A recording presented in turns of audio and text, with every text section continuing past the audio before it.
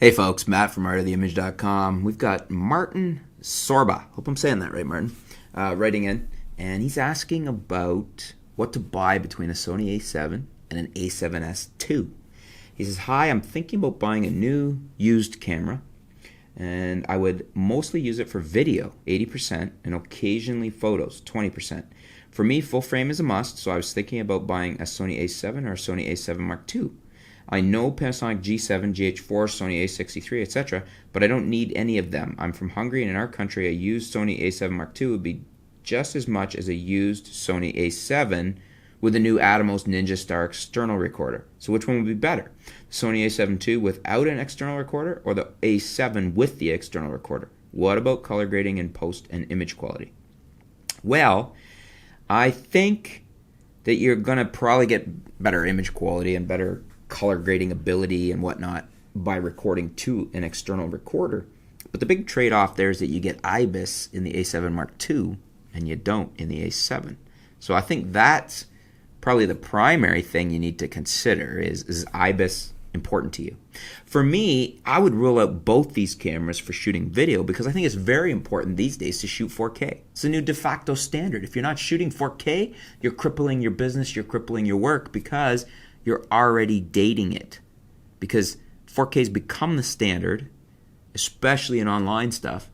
And going forward, you're going to want everything you're shooting today in 4K so that it doesn't look old very soon. 1080 still doesn't really look old, but it won't be that long before you're looking back at 1080 the way we look at 720 right now. In other words, you look at it and you think, oh, that's pretty old. It's dated. It's an old codec.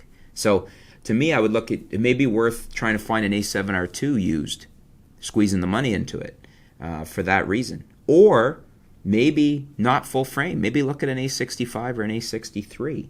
I personally think that that's a major reason to not consider those two. The Panasonics would be of more interest to me, are of more interest to me. I'm shooting this with a G85, and I know you said that you don't need any of them, but the 4K is more important than the full frame for me. I mean, if you're shooting video, the 4K, I mean, you can work around not being full frame. You've got various adapters, you've got various speed boosters, you've got all sorts of things you can do. I would shoot with a G7, a G85, or a GH4, even a GH5, any of them, GX8, any of them that do the 4K in a Micro Four Thirds, before I would shoot a A7 just to get full frame but sacrifice 4K. That's what I would do. I would look at one of the Panasonics. You could probably get a couple of Panasonics, especially a G7, for the price of either of those Sonys. What do you guys think, though? Do you agree with me? I mean, obviously, it's kind of just a tech spec. If you want the A7 too, you get the ibis. If you go with the A7, you sacrifice ibis, but he's got the money for an external recorder, which may give him some better output, better ability for color grading and whatnot.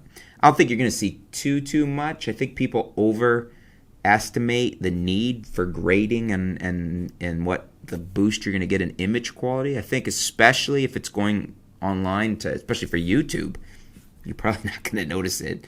Your viewers probably aren't going to notice it. It's kind of a moot point.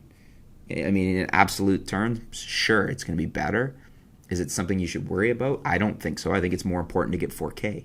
But what do you guys think? Do you agree with me? Is it important to get 4K? Should he abandon the A7 or the A7 II? Or do you think, no, the full frame is important and I will go with that? Let me know what you guys would do. Let's help out Martin. Let me know in the comments below. Let me know what you would do and why. If you have another option altogether, let us know in the comments below. Thanks for your question, Martin. Stay tuned. I'm looking forward to seeing what you guys have to say about this. And we'll be back soon here at artoftheimage.com.